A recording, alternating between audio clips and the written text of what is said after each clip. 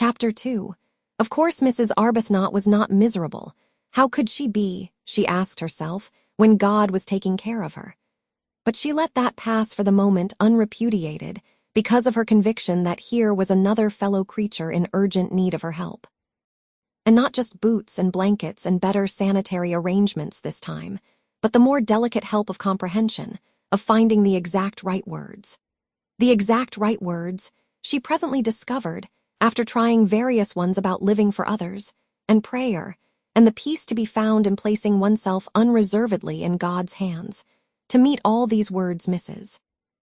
Wilkins had other words, incoherent and yet, for the moment at least, till one had had more time, difficult to answer.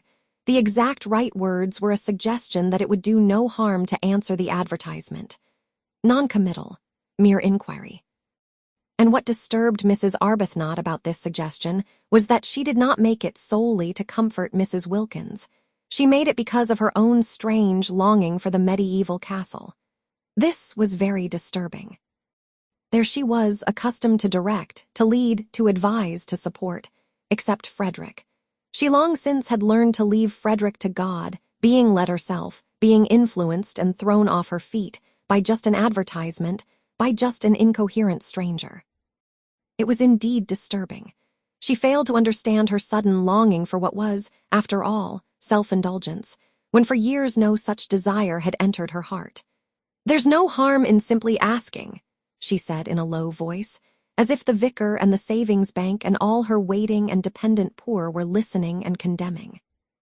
"It isn't as if it committed us to anything," said Mrs. Wilkins, also in a low voice, but her voice shook. They got up simultaneously. Mrs. Arbuthnot had a sensation of surprise that Mrs. Wilkins should be so tall, and went to a writing table, and Mrs. Arbuthnot wrote to Z, Box 1000 The Times, for particulars. She asked for all particulars, but the only one they really wanted was the one about the rent. They both felt that it was Mrs. Arbuthnot who ought to write the letter and do the business part. Not only was she used to organizing and being practical, but she also was older, and certainly calmer. And she herself had no doubt, too, that she was wiser. Neither had Mrs. Wilkins any doubt of this. The very way Mrs. Arbuthnot parted her hair suggested a great calm that could only proceed from wisdom.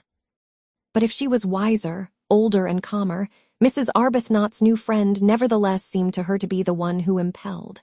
Incoherent, she yet impelled. She appeared to have, apart from her need of help, an upsetting kind of character. She had a curious infectiousness. She led one on. And the way her unsteady mind leaped at conclusions, wrong ones, of course, witnessed the one that she, Mrs. Arbuthnot, was miserable. The way she leaped at conclusions was disconcerting. Whatever she was, however, and whatever her unsteadiness, Mrs. Arbuthnot found herself sharing her excitement and her longing. And when the letter had been posted in the letter box in the hall and actually was beyond getting back again, both she and Mrs. Wilkins felt the same sense of guilt. "It only shows," said Mrs. Wilkins in a whisper as they turned away from the letterbox, "how immaculately good we've been all our lives.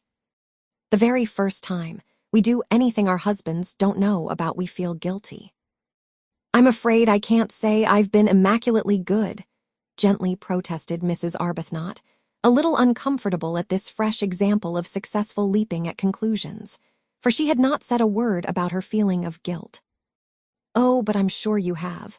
I see you being good, and that's why you're not happy." She shouldn't say things like that, thought Mrs. Arbuthnot. I must try and help her not to. Aloud she said gravely, "I don't know why you insist that I'm not happy. When you know me better, I think you'll find that I am.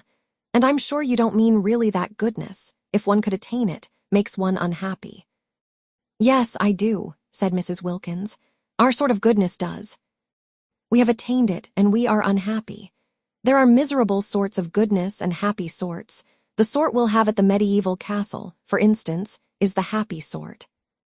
"That is, supposing we go there," said Mrs. Arbuthnot restrainingly. She felt that Mrs. Wilkins needed holding on to. "After all, we've only written just to ask. Anybody may do that. I think it quite likely we shall find the conditions impossible, and even if they were not, probably by tomorrow we shall not want to go. I see us there, was Mrs. Wilkins' answer to that. All this was very unbalancing. Mrs. Arbuthnot, as she presently splashed through the dripping streets on her way to a meeting she was to speak at, was in an unusually disturbed condition of mind. She had, she hoped, shown herself very calm to Mrs. Wilkins, very practical and sober, concealing her own excitement. But she was really extraordinarily moved, and she felt happy, and she felt guilty, and she felt afraid, and she had all the feelings, though this she did not know, of a woman who has come away from a secret meeting with her lover. That, indeed, was what she looked like when she arrived late on her platform. She, the open-browed, looked almost furtive as her eyes fell on the staring wooden faces waiting to hear her try, and persuade them to contribute to the alleviation of the urgent needs of the Hampstead poor, each one convinced that they needed contributions themselves. She looked as though she were hiding something discreditable but delightful. Certainly, her customary clear expression of candor was not there, and its place was taken by a kind of suppressed and frightened pleasedness, which would have led a more worldly-minded audience to the instant conviction of recent and probably impassioned lovemaking. Beauty, beauty, beauty. The words kept ringing in her ears as she stood on the platform talking of sad things to the sparsely attended meeting. She had never been to Italy. Was that really what her nest egg was to be spent on after all? Though she couldn't approve of the way Mrs. Wilkins was introducing the idea of predestination into her immediate future, just as if she had no choice, just as if to struggle, or even to reflect, were useless, it yet influenced her. Mrs. Wilkins' eyes had been the eyes of a seer. Some people were like that, Mrs. Arbuthnot knew, and if Mrs. Wilkins had actually seen her at the medieval castle, it did seem probable that struggling would be a waste of time. Still, to spend her nest egg on self-indulgence. The origin of this egg had been corrupt, but she had at least supposed its end was to be creditable. Was she to deflect it from its intended destination, which alone had appeared to justify her keeping it, and spend it on giving herself pleasure? Mrs. Arbuthnot spoke on and on, so much practiced in the kind of speech that she could have said it all in her sleep, and at the end of the meeting, her eyes dazzled by her secret visions, she hardly noticed that nobody was moved in any way whatever, least of all in the way of contributions. But the vicar noticed. The vicar was disappointed. Usually his good friend and supporter Mrs. Arbuthnot succeeded better than this, and, what was even more unusual, she appeared, he observed, not even to mind. "I can't imagine," he said to her as they parted, speaking irritably, for he was irritated both by the audience and by her, "what these people are coming to. Nothing seems to move them." "Perhaps they need a holiday," suggested Mrs. Arbuthnot, an unsatisfactory, a queer reply, the vicar thought. "In February," he called after her sarcastically. "Oh no, not till April," said Mrs. Arbuthnot over her shoulder. "Very odd," thought the vicar. Very odd indeed. And he went home and was not perhaps quite Christian to his wife. That night in her prayers, Mrs. Arbuthnot asked for guidance. She felt she ought really to ask, straight out and roundly, that the medieval castle should already have been taken by someone else, and the whole thing thus be settled, but her courage failed her. Suppose her prayer were to be answered. No, she couldn't ask it, she couldn't risk it. And after all, she almost pointed this out to God. If she spent her present nest egg on a holiday, she could quite soon accumulate another. Frederick pressed money on her, and it would only mean, while she rolled up a second egg, that for a time her contributions to the parish charities would be less. And then it could be the next nest egg, whose original corruption would be purged away by the use to which it was finally put. For Mrs. Arbuthnot, who had no money of her own, was obliged to live on the proceeds of Frederick's activities, and her very nest egg was the fruit, posthumously ripened, of ancient sin. The way Frederick made his living was one of the standing distresses of her life. He wrote immensely popular memoirs, regularly, every year, of the mistresses of kings. There were in history numerous kings who had had mistresses, and there were still more numerous mistresses who had had kings. So that he had been able to publish a book of memoirs during each year of his married life, and even so there were great further piles of these ladies waiting to be dealt with. Mrs. Arbuthnot was helpless. Whether she liked it or not, she was obliged to live on the proceeds.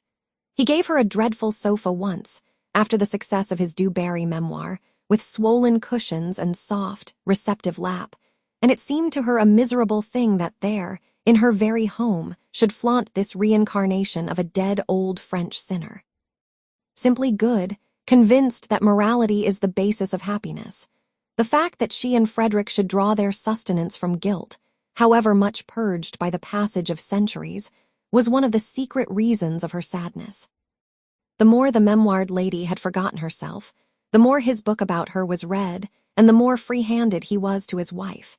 And all that he gave her was spent, after adding slightly to her nest egg, for she did hope and believe that some day people would cease to want to read of wickedness, and then Frederick would need supporting on helping the poor. The parish flourished because, to take a handful at random, of the ill behavior of the ladies du Barry, Montespan, Pompadour, Ninon de l'Enclos, and even of learned Maintenon.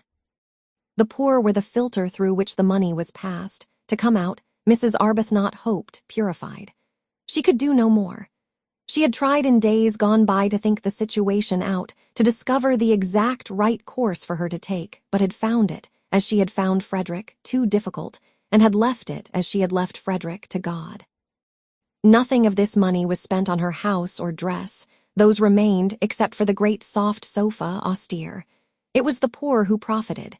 Their very boots were stout with sins, but how difficult it had been. Mrs. Arbuthnot, groping for guidance, prayed about it to exhaustion. Ought she perhaps to refuse to touch the money, to avoid it as she would have avoided the sins which were its source? But then what about the parish's boots? She asked the vicar what he thought, and through much delicate language, evasive and cautious, it did finally appear that he was for the boots. At least she had persuaded Frederick, when first he began his terrible successful career. He only began it after their marriage. When she married him, he had been a blameless official attached to the library of the British Museum, to publish the memoirs under another name, so that she was not publicly branded. Hampstead read the books with glee, and had no idea that their writer lived in its midst. Frederick was almost unknown, even by sight, in Hampstead. He never went to any of its gatherings. Whatever it was he did in the way of recreation was done in London, but he never spoke of what he did or whom he saw. He might have been perfectly friendless for any mention he ever made of friends to his wife. Only the vicar knew where the money for the parish came from, and he regarded it, he told Mrs. Arbuthnot, as a matter of honor not to mention it. And at least her little house was not haunted by the loose-lived ladies, for Frederick did his work away from home. He had 2 rooms near the British Museum, which was the scene of his exhumations, and there he went every morning, and he came back long after his wife was asleep. Sometimes he did not come back at all. Sometimes she did not see him for several days together. Then he would suddenly appear at breakfast, having let himself in with his latchkey the night before, very jovial and good-natured and free-handed and glad if she would allow him to give her something. A well-fed man, contented with the world. A jolly, full-blooded, satisfied man, and she was always gentle and anxious that his coffee should be as he liked it. He seemed very happy. Life, she often thought, however much one tabulated, was yet a mystery. There were always some people it was impossible to place. Frederick was one of them. He didn't seem to bear the remotest resemblance to the original Frederick. He didn't seem to have the least need of any of the things he used to say were so important and beautiful: love, home, complete communion of thoughts, complete immersion in each other's interests. After those early painful attempts to hold him up to the point from which they had hand in hand so splendidly started, attempts in which she herself had got terribly hurt, and the Frederick she supposed she had married was mangled out of recognition, she hung him up finally by her bedside as the chief subject of her prayers, and left him, except for those, entirely to God. She had loved Frederick too deeply to be able now to do anything but pray for him. He had no idea that he never went out of the house without her blessing going with him too, hovering, like a little echo of finished love, round that once dear head. She didn't dare think of him as he used to be, as he had seemed to her to be in those marvelous first days of their lovemaking, of their marriage. Her child had died. She had nothing, nobody of her own to lavish herself on. The poor became her children, and God the object of her love. What could be happier than such a life, she sometimes asked herself, but her face, and particularly her eyes, continued sad. Perhaps when we're old. Perhaps when we are both quite old, she would think wistfully.